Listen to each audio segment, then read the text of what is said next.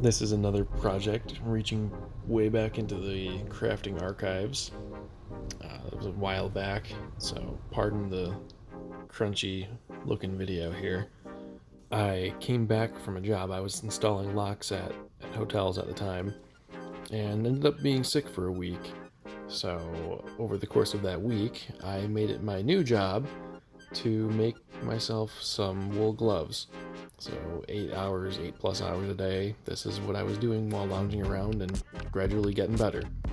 These are made by Nalbinding, which predates knitting and crochet. It just clicked for my mind. I couldn't grasp how knit and crochet works, but for whatever reason, this works for me. The first scraps I acquired by trading with a friend on Instagram. She was doing a lot of tanning, making hats and things. I think she was either hunting and trapping the animals herself or getting them from people who she knew. So it's not like factory stuff, anything crazy like that. It's all good, small operation, responsible hunter trapper type of deal. I honestly had no idea how to attach this stuff to the fabric, so I'm just experimenting here. I thought I could maybe extend the cuff and then apply some sort of finish on the other sides. That way it's not just raw leather. But in the end, I did just sew it on with this artificial sinew and whip the end. That way it's all nice and secure. The downside here, of course, being that I lose elasticity where the leather is attached to the fabric.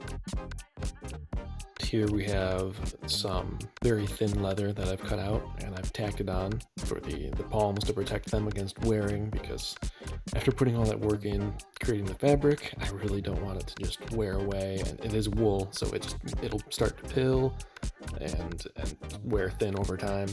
So protect that with the leather for longevity and durability.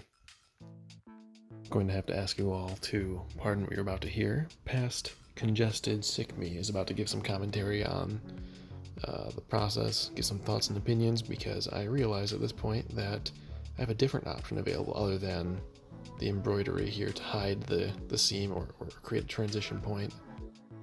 I might have lied about the embroidery. We might be pulling tablet weaving into this. I can't decide if I like it or not. It'd be much easier to hide the seam with the tablet weaving, though. So it's definitely got that going for it. Decisions. So we have our tablet woven band added on. But I think I'm going to have to address a design flaw that I've had from the outset here, which I can display in a second. The problem is our sleeve portion to our glove, partway up the arm, is a little too darn fitted. If I'm wearing a jacket or something, that's not going to tuck in there.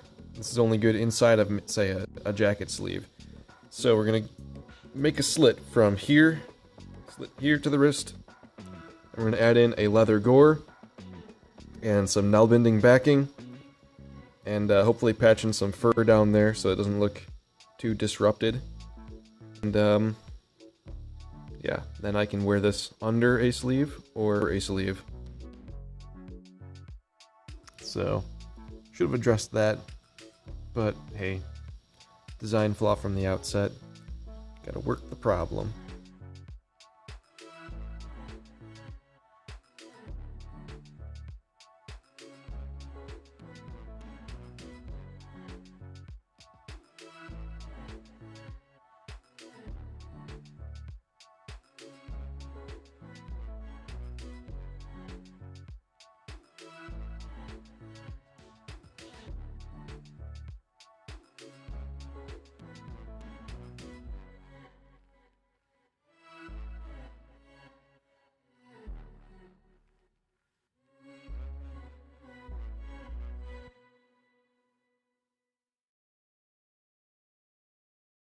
If you look closely here, you'll notice a couple of little leather loops on the leather gores that I have installed on these gloves, and that's to allow them to be able to be suspended from a cord, either around my neck or on a peg when they're not in use.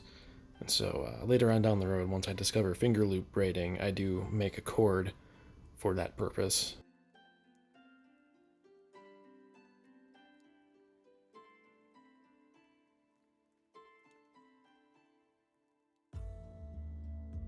And naturally, after every good project, you experience that little bit of post-project depression where you don't know what to do with yourself.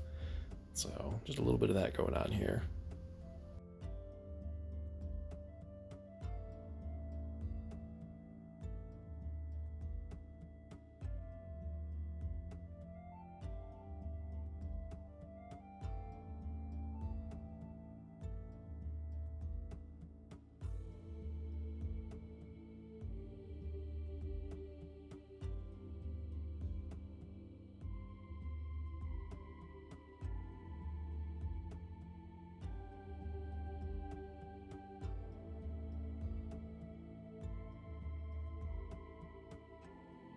And this concludes my little video presentation on this project. Hopefully in time I can improve and get better at making these. Hopefully you found this to be helpful, enjoyable, or insightful in some way. In time, I think I would like to get a little more granular and in-depth about various steps rather than giving 1,000-foot view, crafting, build along sort of things like this. But there are already a lot of great tutorials out there, and I myself have benefited from those. So at least for now, in this early stage, as I play catch-up, I'm going to be sticking with presenting how these items were created on the whole, rather than focusing in on tutorials about the creation of the individual parts. Anyway, hope to see you all in the next one.